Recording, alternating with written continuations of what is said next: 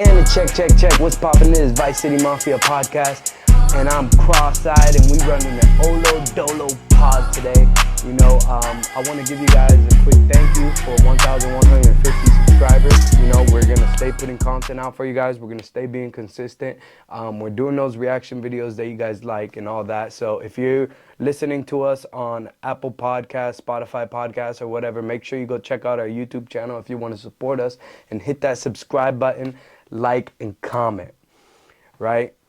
Now let's get into it. I wanted to do a little storytelling for you guys today. Right? Now, I'm in the club business, for those of you guys that know, right? I work in strip clubs, right? I'm the manager of a strip club. Now,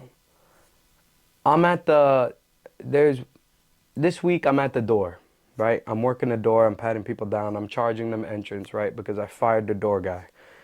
And it takes time to train another guy for the door, so that way, you know they're not stealing, they're not fucking up the money, they're not letting people in with guns or any weapons. So, I just chose I'll do it myself, and ease my mind for this one particular day. All right, now while I'm at the door, right, patting people down, I'm charging them, they're coming in the club. This one guy comes up to me. Someone I already patted down and I already charged him. He's been in the club for like 10, 20 minutes, right? Well, he comes up to me and he starts talking to me.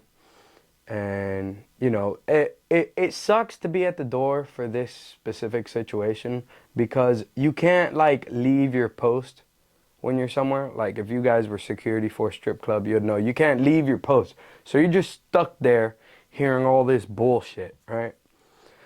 Well, this guy goes on to me and he's talking about how great his life is, right? And, oh, bro, I'm doing so good, bro. I bought a business, blah, blah, blah. Let's stay, for the sake of the argument, this guy's name is Timmy. So Timmy's over there telling me how great he's doing and how wonderful he's doing. And I am happy for him.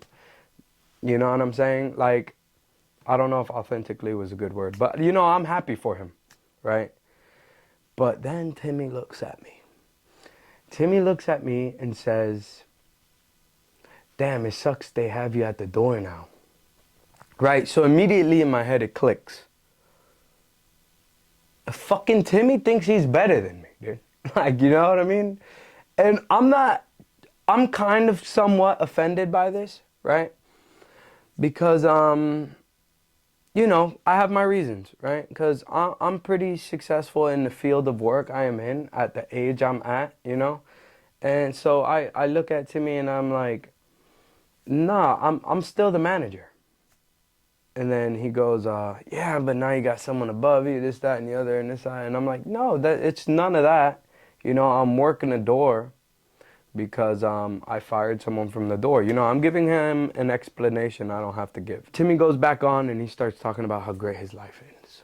Now, I tell you this story, there's no drastic ending to it. I tell you this story simply for the fact of my subscribers, so you don't become a Timmy. Like, don't be that guy, you know what I'm saying? There's always people out there, they want to lie about their life and start saying all this bullshit and saying how good they're doing, And in reality, they're not doing good, bro. Now, if you're not doing good or you're not where you want to be at the moment, don't come to an establishment like mine where I will allow you to lie to me about your life and you will get that instant gratification that you're looking for. Because at the end of the day, when you're sitting there lying about your life and lying about your accomplishments, or you're just, you usually when you're doing it, and those of you that do it, you do it, because I used to do it back in the days too, especially when I was in high school. You know what I'm saying? If you're doing that, it's usually because you're not doing well, dude. And that instant gratification ain't worth the shit that it's given. Like, how about you go out, get off your fucking ass, and go fucking work on yourself? You know what I'm saying? Because most of these things these people tell you when they're lying about how great and successful they're doing, it's like accomplishable. You want to open up a fucking business? Dude, just go to the fucking, on the internet. You don't even have to go nowhere. Just go on the internet, fucking buy the LLC, and start the business, dude. Not everyone has all the funds to do it. Well, then maybe you should be working your 9 to 5, stacking your bread, and then buying the fucking LLC so you could start the business. Because there's plenty of ways to do shit out here. Or like people, I really don't understand why people lie about their life. Like I've never been in, like as an adult, I've never lied about my accomplishments, sit there and try to gloat to people. Every now and then I'll tell someone how smart I am, right? I'll show them little things I know, but it's less of getting gratification and more to show them because I felt like they undermined me. Now, not to run off topic here, I'm just trying to say don't be a Timmy. Timmy's a fucking loser, all right? Don't be a fucking Timmy.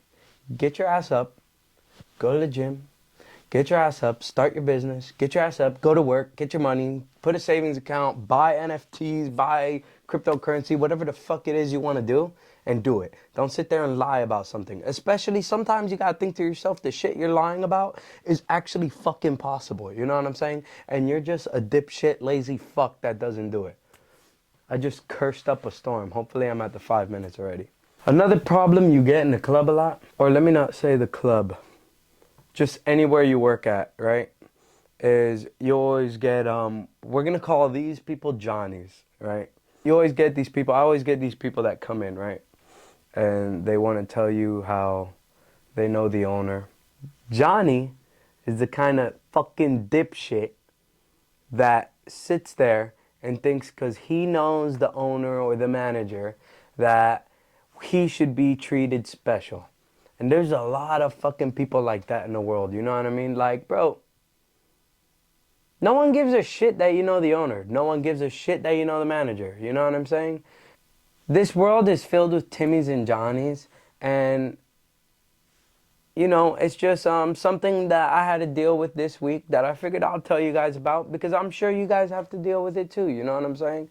Another shitty thing I gotta deal with in this world, bro.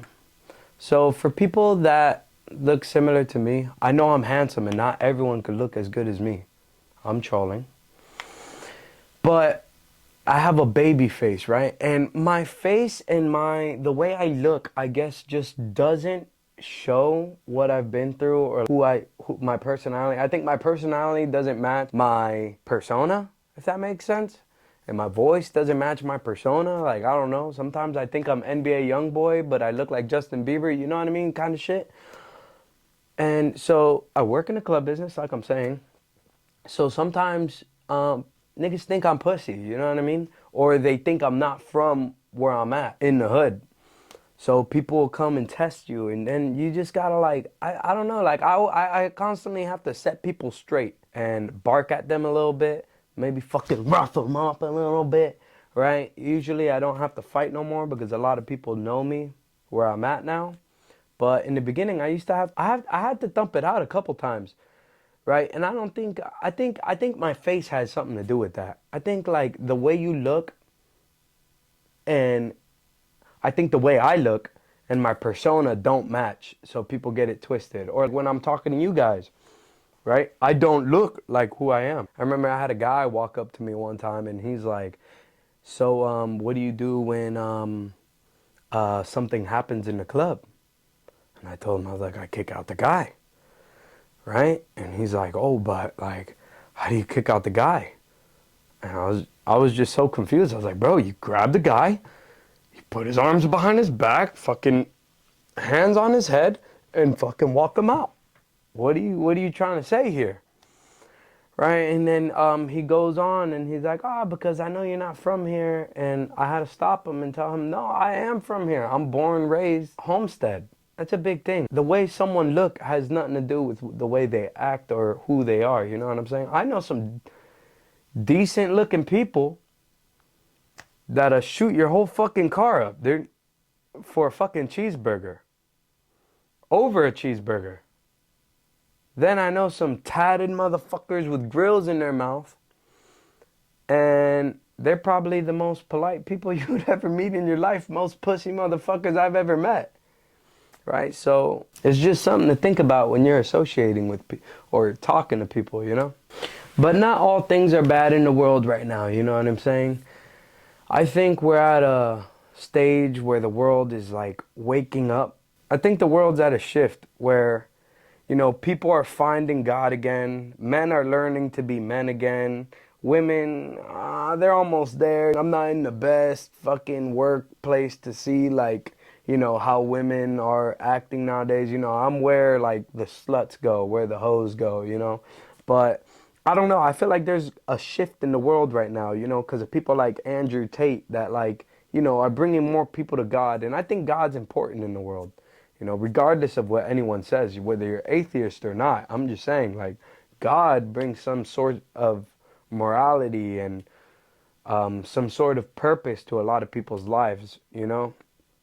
The perfect home to me is one where the woman is home, you know, not necessarily cooking and cleaning, but cooking and cleaning, taking care of the kids so the kids aren't fucking getting indoctrinated by the fucking schools.